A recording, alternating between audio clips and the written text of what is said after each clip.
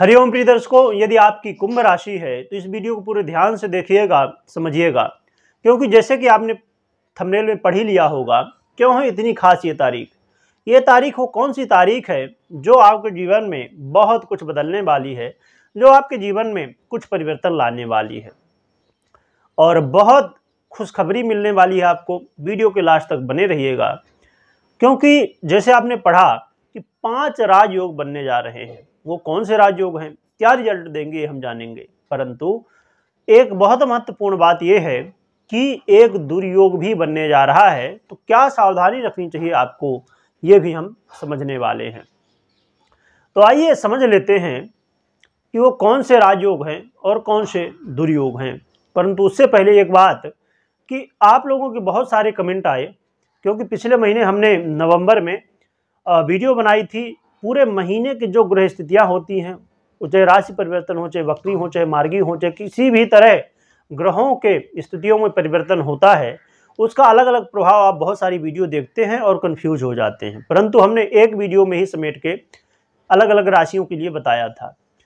तो आप लोगों को कमेंट आ रहे थे कि वो सीरीज अभी इस महीने आपने नहीं बनाई, क्योंकि ये बनाने वाले थे नहीं, परंतु आप लोगों का प्यार था, उसमें आप लोगों ने बहुत प्यार दिया, इसके लिए बहुत बहुत आपका धन्यवाद। तो अब ये सीरीज फिर से हमने प्रारंभ कर दी है और इसे आगे जारी रखेंगे और जल्दी से जल्दी महीने की स्टार्टिंग में ही कोशिश करेंगे कि आपको मिले। परंतु इस समय लेट हो चुकी है, परंतु ये सही समय है, क्योंकि इसी समय ग्रहों की स्थितियों में परिवर्तन काफ़ी ज़्यादा हो रहे हैं। तो आइए जानते हैं वो 5 राजयोग कौन से हैं, उनका क्या प्रभाव होगा, ये भी हम जानते हैं। तो 5 राजयोगों की बात की जाए तो सबसे पहला राजयोग है, सूर्य अपना राशि परिवर्तन 16 दिसंबर को ही कर चुके हैं और इसकी वीडियो आपने देखी होगी चैनल में। तो ये देवगुरु बृहस्पति के साथ नवम पंचम राजयोग में आएंगे, क्योंकि अभी तक मंगल की राशि में पहले गोचर कर रहे थे और फिर 16 दिसंबर से इन्होंने धनु राशि देवगुरु बृहस्पति की राशि में गोचर करना प्रारंभ कर दिया। अब एक दूसरा राजयोग जो बनने जा रहा है, ये बहुत महत्वपूर्ण है। ये है मंगल। मंगल अब राशि परिवर्तन अपना करने जा रहे हैं, अपनी ही राशि वृश्चिक राशि को छोड़ के, और देवगुरु बृहस्पति की राशि धनु राशि में गोचर करेंगे। तो इससे सूर्य और मंगल एक साथ बैठ जाएंगे, जिससे सौर योग का निर्माण होगा। और सौर योग का निर्माण होने का मतलब है कि बहुत, क्योंकि लंबे समय तक यहाँ मंगल रहने वाले हैं, तो इसका प्रभाव आपको बहुत ज़्यादा मिलेगा। और साथ में ये देवगुरु बृहस्पति के साथ नवम पंचम राजयोग में भी आ रहे हैं। तो ये तीन राजयोग बन चुके। चौथा राजयोग है बुधादित्य योग, क्योंकि सूर्य के साथ बुध भी धनु राशि में गोचर करेंगे, तो यहाँ पर बुधादित्य योग का भी निर्माण हो जाएगा। और शुक्र अपनी राशि को परिवर्तित करके और अपनी ही राशि को छोड़ के तुला राशि को अब मंगल की राशि वृश्चिक राशि में भी ये 25 दिसंबर से गोचर करेंगे। तो 25 दिसंबर से जैसे ही गोचर करेंगे तो ये आ जाएंगे द्वादश के संबंध में सूर्य के साथ, और फिर 28 दिसंबर को जैसे मंगल गोचर करेंगे धनु में, वैसे ये फिर आ जाएंगे मंगल के साथ भी द्वादश के संबंध में। और एक और राजयोग बनने जा रहा है, वो है लक्ष्मी नारायण योग, क्योंकि 25 से आ जाएंगे शुक्र वृश्चिक में और 28 तारीख से फिर बुध भी वृश्चिक में गोचर करेंगे। तो यहाँ से लक्ष्मी नारायण योग। तो ये 5 राजयोग तो हो ही गए, परंतु जो दुर्योग है, क्योंकि जैसे मैंने अभी बताया कि सूर्य और मंगल से दोनों से शुक्र द्वादश के संबंध में आ रहे हैं, और बुध भी फिर जैसे 28 दिसंबर से परिवर्तन कर लेंगे वृश्चिक राशि में, वैसे ही ये भी सूर्य और मंगल से द्वादश के संबंध में आ जाएंगे। तो ये बहुत बड़ा दुर्योग कहा जाए तो कहा जाएगा, क्योंकि शुक्र कौन है? शुक्र है सुख, ऐश्वर्य, लग्जरी। आप हर व्यक्ति चाहता है कि हमारे पास घर हो, गाड़ी हो, बंगला हो, ये हो जाए, वो हो जाए, ऐसा हो जाए, वैसा हो जाए, बहुत कुछ हम चाहते हैं। वो सब के पीछे शुक्र होता है। और दूसरी बात बहुत महत्वपूर्ण है, बुध।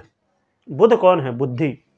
बुद्धि का अधिपति ग्रह अब द्वादश के संबंध में आ रहा है, वो भी सूर्य और मंगल से। तो ये समझना बेहद जरूरी है बुध को। ये जो दुर्योग है, इसका भी प्रभाव हम समझेंगे। तो सबसे पहले हम राजयोगों का प्रभाव समझ लेते हैं फिर दुर्योग का प्रभाव समझेंगे। क्योंकि हमारे पास 5 राजयोग हैं, इसलिए आपको डरना नहीं है, क्योंकि आपके पास एक दुर्योग है परंतु राजयोग 5 हैं। तो आइए समझते हैं क्या प्रभाव होगा। एक तो सबसे पहली चीज और बहुत महत्वपूर्ण बात, हर व्यक्ति धन के लिए बहुत प्रयत्न करता रहता है, रात दिन हम दौड़ते रहते हैं, भागते रहते हैं। अब धन में वृद्धि होने जा रही है। यदि धन की समस्या थी आपके जीवन में तो ये समस्या दूर होने वाली है। अब धन आने के रास्ते अब खुलने वाले हैं। और ड्रीम, इच्छाएं, आपकी जो इच्छाएं थी कि ये हम कर लें, वो काम कर लें, वो काम अटक गया, आप कोई काम कर रहे हो अटक जा रहा है, परंतु अब कामों में सफलता मिलेगी। आपकी जो इच्छाएं हैं वो पूर्ति होती हुई दिखाई देंगे। इसके अलावा यदि अब बड़े का सहयोग नहीं मिल रहा था, खासकर बड़े भाई का या बॉस का सहयोग नहीं मिल रहा था, तो बॉस का भी सहयोग मिलेगा और खासकर बड़े भाई का सहयोग मिलने वाला है। इसके अलावा देखा जाए तो आपके जीवन में यदि घर परिवार में कलह का माहौल बना था तो अब आपके चेहरे में खुशी आने वाली है। अर्थात घर परिवार में अब खुशी का माहौल बनेगा। लड़ाई झगड़े वाद विवाद की स्थिति जो बनी हुई थी या पैतृक संपत्ति को लेकर वाद विवाद की स्थिति बनी हुई थी, वहां पर आपको विजय मिलेगी और घर परिवार में कलह का माहौल अब दूर होके और शांति आने वाली है। इसके अलावा स्थायी धन में भी आपको लाभ मिलेगा। और एक बहुत बड़ी बात है हर माता पिता के लिए कि आपके बच्चे यदि पढ़ाई कर रहे हैं, स्टूडेंट हैं, तो उनके जीवन में अब बहुत अच्छा समय आने वाला है। क्योंकि वो मेहनत बहुत ज़्यादा कर रहे थे, या आप स्टूडेंट हैं तो सुन पा रहे होंगे, यदि आप बहुत ज़्यादा मेहनत कर रहे थे फिर भी सफलताएं नहीं मिल रही थी, आपका मन कहीं ना कहीं दोस्तों के साथ, सोशल मीडिया, अन्य जगह कहीं ना कहीं विचलित हो जा रहा था, अब पढ़ाई में मन लगेगा और जब पढ़ाई में मन लगेगा तो सफलताएं भी मिलेंगी। और इसके अलावा जो लोग अपने जीवन में इस बात को लेकर बहुत ज़्यादा परेशान थे कि धन आता तो है परंतु धन रुकता नहीं है, तो अब धन रुकेगा, धन आएगा भी और धन रुकेगा भी। देखिए कैसा सहयोग है बहुत बड़ा कि धन आने के भी रास्ते खुल रहे हैं और धन रुकने के भी रास्ते खुल रहे हैं। अर्थात आपके बैंक बैलेंस में वृद्धि होने वाली है। इसके अलावा जो लोग इन्वेस्टर हैं, इन्वेस्टर देखा जाए तो आप चाहे किसी भी तरह इन्वेस्ट करते हो, खासकर जो लोग धन का इन्वेस्ट करते हैं या शेयर मार्केट वगैरह में इन्वेस्ट करते हैं, और आजकल जो बहुत सारे कॉइन, बिटकॉइन, ये वो बहुत सारे कॉइन आते हैं, वहाँ भी इन्वेस्ट करते हैं, या कहीं भी आप इन्वेस्ट यदि करते हैं तो आपके जीवन में यदि समस्याएं थी, आप इन्वेस्ट कर रहे थे, कहीं ना कहीं घाटा लग जा रहा था, नुकसान हो जा रहा था, तो अब ये समय होगा जो आपको फायदा भी देगा और रिकवरी भी करवाएगा। तो इन्वेस्ट करने वालों के लिए ये समय बेहतर रहने वाला है। परंतु एक महत्वपूर्ण जरूर सुनिएगा बात, जो मैं अभी लास्ट में बताने वाला हूँ। क्योंकि देखिए अब समझने वाली बात क्या है कि इन्वेस्टमेंट कोई दाल चावल थोड़ी है कि हम खा लिए बस, बहुत बड़ी बात होती है। ये निर्णय लेना बहुत महत्वपूर्ण होता है सोच समझ के। तो इन्वेस्ट करने से पहले पूरी वीडियो तो जरूर देख लीजिएगा, जिससे आपको कन्फ्यूजन ना रह जाए, आप जल्दबाजी में इन्वेस्ट कर दें। तो आइए आगे बढ़ते हैं। और इसके अलावा देखा जाए तो यदि शत्रु बाधा से आप पीड़ित थे, और जैसे मैंने बता ही दिया कि यदि आप बहुत ज़्यादा धन की समस्या से पीड़ित थे और जो लोग कर्ज में भी थे, तो उनको भी कर्ज से अब मुक्ति मिलेगी और शत्रु बाधा से भी मुक्ति मिलेगी। तो प्रिय दर्शकों, ये लाभ होने वाले हैं जो 5 राजयोग हैं। अब हम दुर्योग की बात कर लेते हैं, क्योंकि इसको समझना बेहद जरूरी है। आपने यदि राजयोगों को समझा या नहीं वो चलेगा, परंतु दुर्योग को जरूर समझिए, क्योंकि यदि आप सावधानी से काम करेंगे तो हर काम को अच्छे ढंग से कर पाएंगे। तो हम बात कर लेते हैं दुर्योग। मैंने जैसे बताया शुक्र और बुध द्वादश के संबंध में आ रहे हैं, तो यहाँ पर सावधानी क्या रखनी होगी, कोई भी निर्णय लेते समय जल्दबाजी में निर्णय नहीं लेना है। क्योंकि ये जो राजयोग है इसमें बहुत महत्वपूर्ण किसका हाथ है, मंगल का। मंगल कौन है, जल्दबाजी। तो जल्दबाजी में कोई निर्णय नहीं लेना है, क्योंकि बुध भी द्वादश के संबंध में है। और किसी को कुछ कहने से पहले आपको बहुत सोच समझ के कहना होगा, ये समझना होगा कि आप ये जो कह रहे हैं इसका क्या परिणाम होगा। तो अपने दिमाग को स्थिर कर लीजिए, जल्दबाजी नहीं करना है। दूसरी चीज, अपने विपरीत का सम्मान करना है और अपने जीवन में कोई भी आप चीज़ें खरीदना चाहते हैं लग्जरी से संबंधित, थोड़ा रुक जाइए या बहुत सोच समझ के खरीदिए, क्योंकि इस समय आपके साथ धोखा हो सकता है। बताया कुछ जा सकता है और दिया कुछ जा सकता है। इसलिए कोई भी चीज़ खरीदने से पहले और ख़ासकर लग्जरी की चीज़ें हों, उन्हें बेहद सावधानी के साथ खरीदें। और ख़ासकर जो लोग पुरुष हैं वो स्त्रियों का, और जो स्त्रियां हैं वो पुरुष का सम्मान करें, अपने विपरीत का सम्मान करें। या आप व्यापारी हैं तो पार्टनरशिप में काम कर रहे हैं तो वहाँ पर सावधानी रखें। तो इन बातों का ध्यान रखना होगा। और साथ में एक बात का और, क्रोध नहीं करना है। गुस्सा में आ गए तो आपके काम बिगड़ सकते हैं, बने हुए काम बिगड़ सकते हैं। तो क्रोध करने से बचना होगा, जल्दबाजी करने से बचना होगा, तो आपके लिए फिर स्थितियाँ ठीक कही जाएंगी, संभल जाएंगी।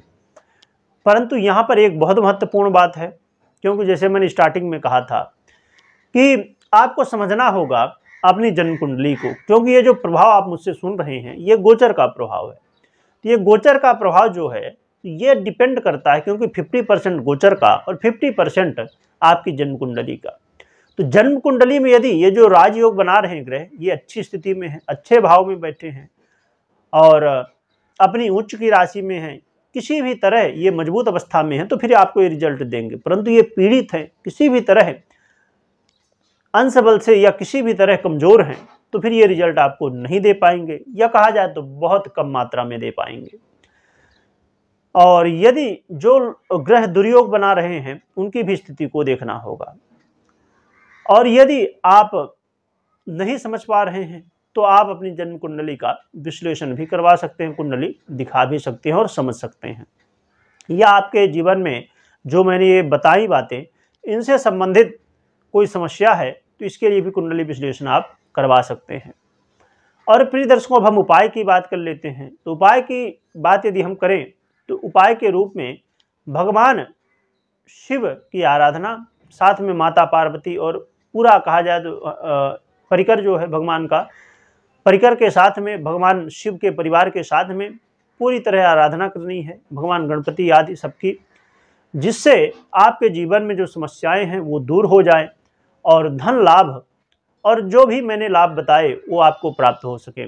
भगवान शिव की आराधना में सबसे बड़ी बात है भगवान शिव का अभिषेक करना, भगवान गणपति को दुर्वा चढ़ाना और ओम नमः शिवाय इस मंत्र का ज़्यादा से ज़्यादा आप, ठीक है जब जब कर रहे हैं नहा के स्नान करके उस समय तो ठीक है करिए, जितनी ज़्यादा कर सकें आप। जब ओम नमः शिवाय या ओम गणपते नमः का भी कर सकते हैं, परंतु मन ही मन आप कुछ काम भी कर रहे हैं अपना, करते रहिए, मन ही मन ओम नमः शिवाय बोलते रहिए, भगवान की कृपा ही प्राप्त होगी।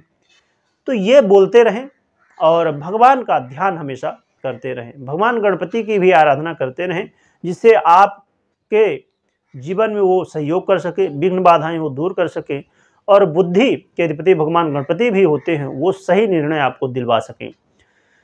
तो कमेंट में आपको ओम नमः शिवाय और जय श्री गणेश लिखना है, जिससे भगवान का स्मरण भी हो जाए, क्योंकि बाद में समय मिले ना मिले आप एक बार दो बार लिखिए और स्मरण 150 बार कर लीजिए लिखते समय, जिससे आपके ऊपर भगवान की कृपा प्राप्त हो।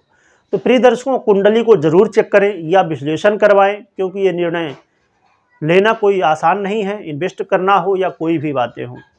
तो इन बातों का ध्यान रखें। वीडियो देखने के लिए बहुत बहुत धन्यवाद।